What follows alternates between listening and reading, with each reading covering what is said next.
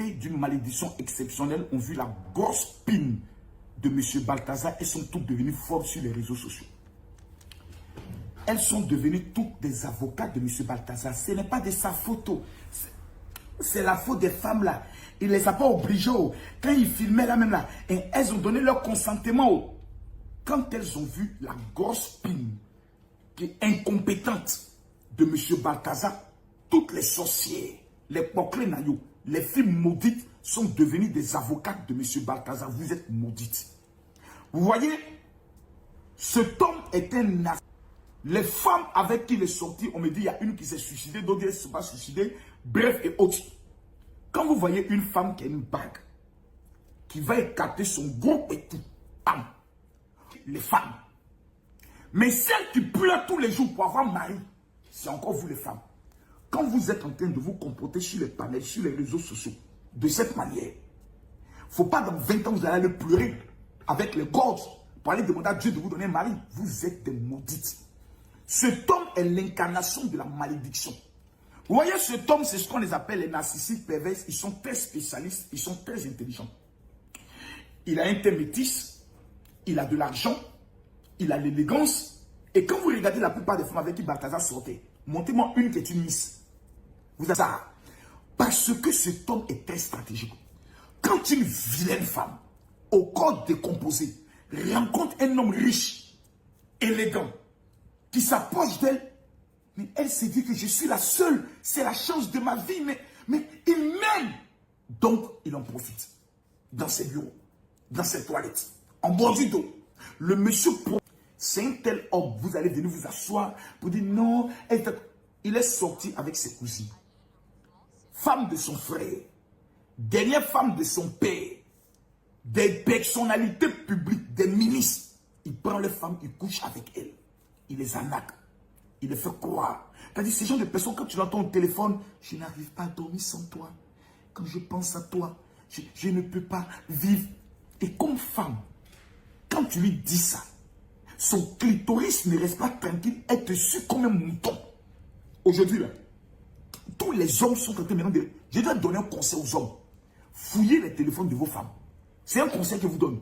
Quand ta femme arrive, prends son téléphone, il faut bien regarder dedans. Une femme qui me compte sur son téléphone, qui la divorce, le même jour, si tu n'as pas son compte, tu divorces cette femme. Immédiatement, c'est une poclée. Une poclée là. Je dis bien une poclée. Ma chérie, tu es mariée. Ton chéri vient te dire, moi, il m'a un truc, hein, comme on appelle ça, en mission. Fais ta valise. Confie les enfants aux comme on appelle ça, à la servante ou à tes parents, suis-le. Surtout vous les hommes, expatriés, les blancs, les hommes qui sont des fonctionnaires internationaux. Vous les femmes qui avez des fonctionnaires internationaux. Allô, oui, je m'en vais en mission au Cameroun. Dès que tu entends Cameroun, va t'installer avec ton homme. Il ne reviendra plus. Je te dis, il ne reviendra plus. Il y a une femme qui est en train de pleurer actuellement sur les Champs-Élysées, dont le mari est le représentant, je vois le directeur Afrique de Total. Bête comme le jour, elle a laissé son mari aller au Cameroun.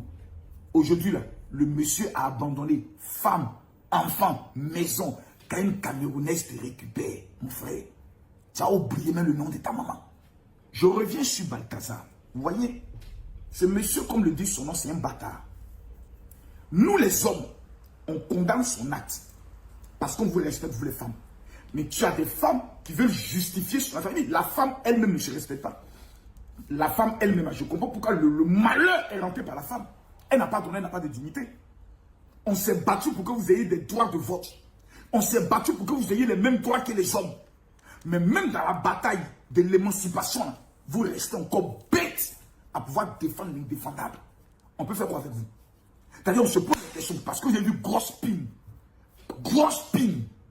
incompétente. Vous commencez à trembler, Et tu as vu la pine de Balthazar? Moi, c'est pine comme ça, je cherche. Moi, c'est pine chez une femme. Parce qu'une véritable femme, son corps, son sexe est réservé à un seul homme. C'est-à-dire, elle respecte, et je tiens à saluer toutes ces braves femmes qui respectent leur corps, qui respectent leurs valeurs religieuses et traditionnelles, qui peuvent regarder même des milliardaires pour lui dire, mon frère, avec tous tes milliards, tu ne viens pas... Alors, Ensemble, nous avons écouté le général Camille Makosso qui a essayé à sa manière aussi un peu de donner des petits conseils à des hommes et aussi à des femmes. Vous savez, depuis que l'affaire Balthazar est actuellement en train de prendre, je sais pas, de prendre la toile, s'il faut dire comme ça, parce que tout le monde qui en parle aujourd'hui. Et moi, je dis, aujourd'hui, nous sommes en 2024. Je me demande, je m'interroge comment va être le monde en 2050. Parce qu'il faut dire aussi que la venue de Internet a changé beaucoup de choses dans nos coutumes, dans nos us et coutumes. Parce que là, vraiment, aujourd'hui, il y a des choses qu'on fait aujourd'hui qu'avant ne faisait pas quand il n'y a pas le téléphone.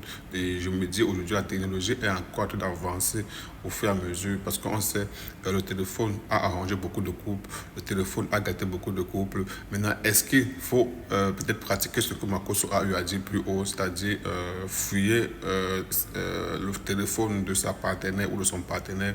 Je me dis, pour moi, après tout, quand même, on a droit à une vie privée. Maintenant, est-ce que entre couples, il doit avoir une vie privée? C'est là aussi le débat. Et je ne saurais vraiment me prononcer de manière tranchée là-dessus. Mais de toute façon, je pense que toute relation doit se baser sur la confiance. Voilà. Parce qu'aujourd'hui, beaucoup parlent de Balthazar, mais je sais qu'il y a beaucoup de Balthazar cachés un peu dans l'ombre là. Il suffit seulement que peut-être le téléphone est fouillé. On a vu, j'ai posté une vidéo hier un peu. Vous savez, quand le feu du Arafat est décédé, son ami, son proche, qui était vraiment avec lui tout le temps, a pris son téléphone, il l'a cassé, de peur que ce qu'on devait trouver à l'intérieur pouvait être vraiment compromettant et qui pouvait détruire des ménages, détruire peut-être beaucoup de personnes. Il a décidé de casser le téléphone pour là. Il s'agit de Holopacha. Donc on peut dire le téléphone, après tout quand même, ça doit rester un bien privé parce que parfois ce que les gens gardent dedans, c'est peut-être privé. Maintenant, s'il ne veut pas que le public le sache, je ne pense pas que Balthazar, quand il le faisait, il voulait le rendre public. Maintenant, pour lui, 400 vidéos, c'est un peu trop. On dit c'est un peu trop. Mais je sais que parmi nous, parmi vous, il y a beaucoup de Balthazar.